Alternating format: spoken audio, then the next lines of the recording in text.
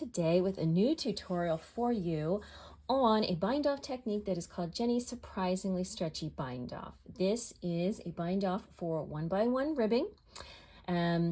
It's the one that I'm showing you right here, but we're going to talk about first what's going on in these other swatches and why you might want to be using this specific bind off. So this one here is a 1x1 rib where I have just done a traditional bind off all the way across. It's really not going anywhere. You can see the bottom is very stretchy where I cast on, this not so much. And in addition to that, it doesn't look great. You've got this line of stitches here that, you know, if this were perhaps around the bottom of a cuff or the top of a sock, it just doesn't look very nice. This is a traditional 1x1 rib knit with an alternating bind off. So meaning when you're binding off your stitches, you knit the knits and purl the purls. This looks much better, I think we can all agree, and it is a little bit more flexible. However, of course, I have taken care when doing this to make sure that I am binding off relatively loosely, and it is still not as flexible as the bottom. But it does look pretty decent, and for instances where you don't really need a whole lot of flexibility, this is fine. And this one is what I'm going to teach you to do today. This is Jeny's surprisingly stretchy bind off. You can see that it looks a little bit more decorative than these other two.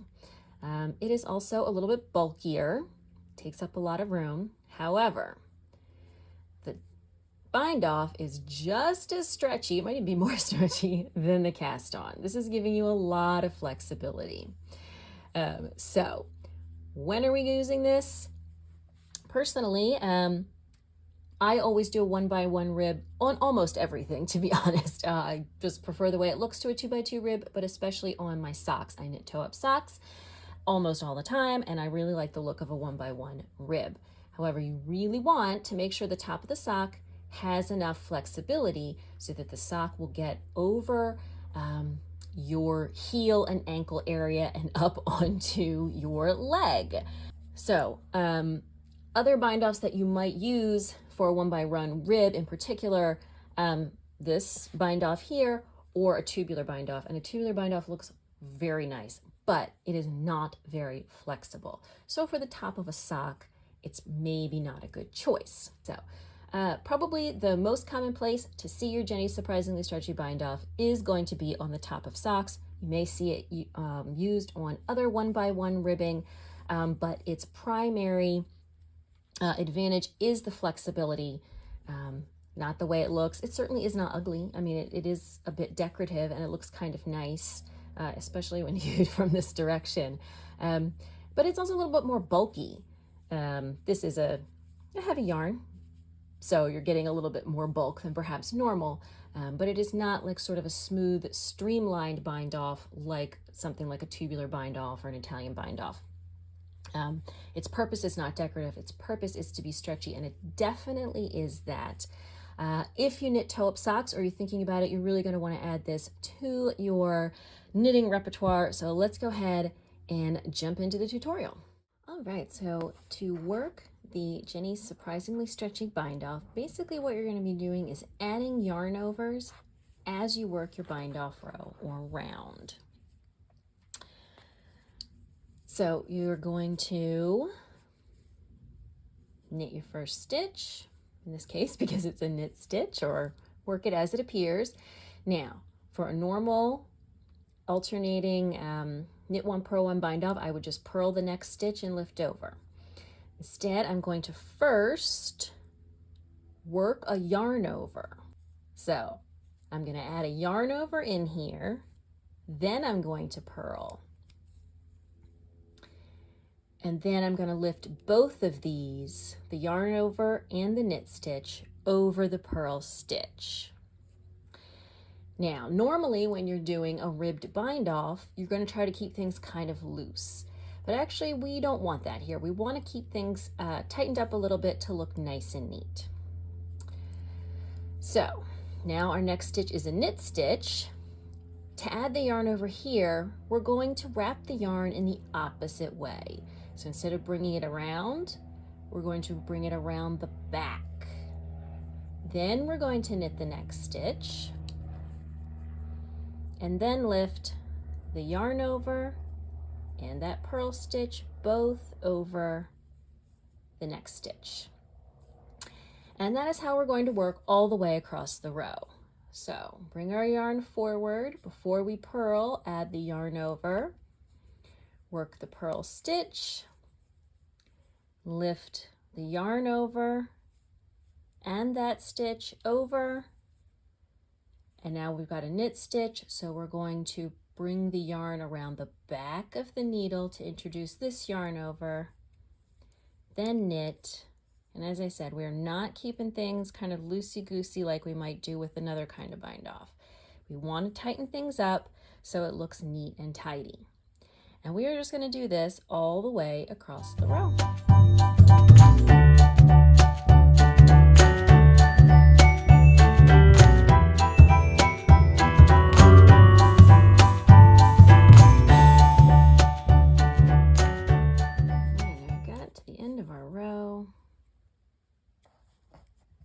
We're going to bind off our last stitch,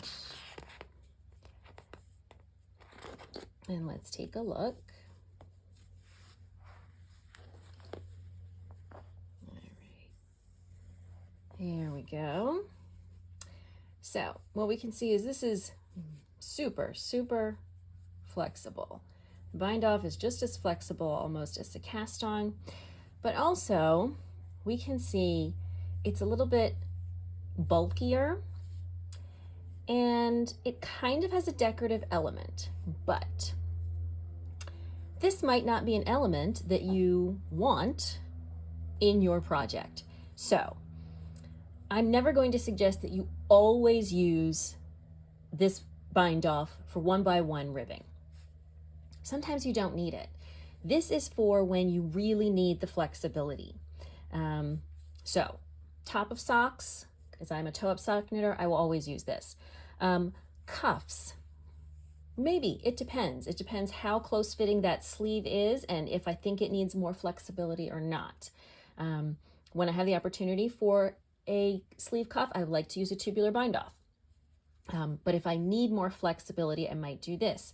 Hems, no, you don't really, generally speaking, need this much flexibility in a hem, so I would not use it there.